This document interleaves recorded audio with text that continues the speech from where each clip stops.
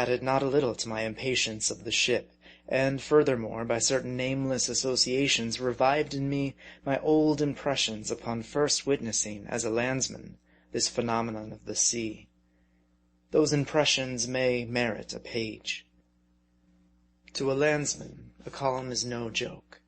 It not only revolutionizes his abdomen, but unsettles his mind, tempts him to recant his belief in the eternal fitness of things, in short, almost makes an infidel of him. At first he is taken by surprise, never having dreamt of a state of existence where existence itself seems suspended. He shakes himself in his coat to see whether it be empty or no. He closes his eyes to test the reality of the glassy expanse.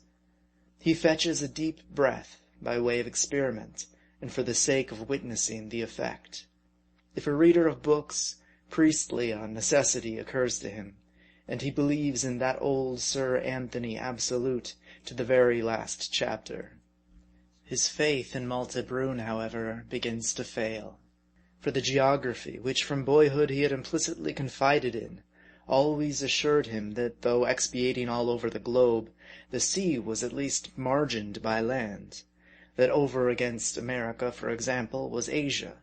But it is a calm, and he grows madly skeptical. To his alarmed fancy, parallels and meridians become emphatically what they are merely designated as being, imaginary lines drawn round the earth's surface.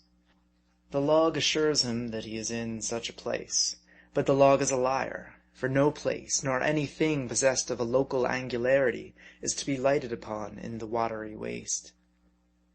At length horrible doubts overtake him as to the captain's competency to navigate his ship.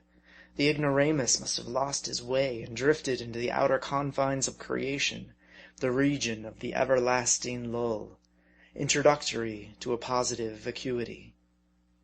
Thoughts of eternity thicken. He begins to feel anxious concerning his soul. The stillness of the calm is awful.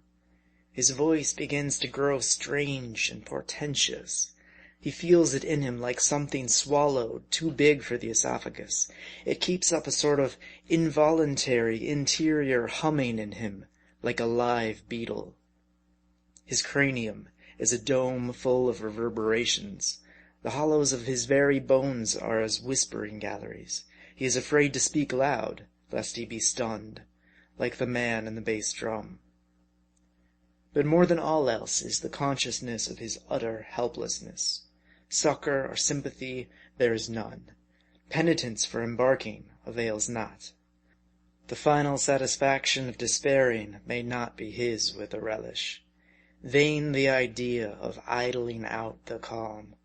He may sleep if he can, or purposely delude himself into a crazy fancy that he is merely at leisure.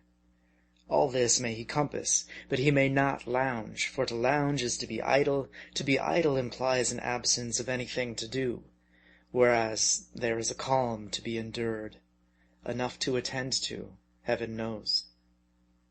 His physical organization, obviously intended for locomotion, becomes a fixture, for where the calm leaves him, there he remains.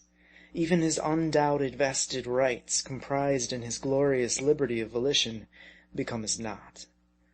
For of what use? He wills to go, to get away from the calm, as ashore he would avoid the plague, but he cannot. And how foolish to revolve expedients. It is more hopeless than a bad marriage in a land where there is no doctor's commons. He has taken the ship to wife, for better or for worse, for calm or for gale, and she is not to be shuffled off. With yards akimbo, she says unto him scornfully, as the old beldam said to the little dwarf, "Help yourself." And all this, and more than this, is a calm. End of chapter 2.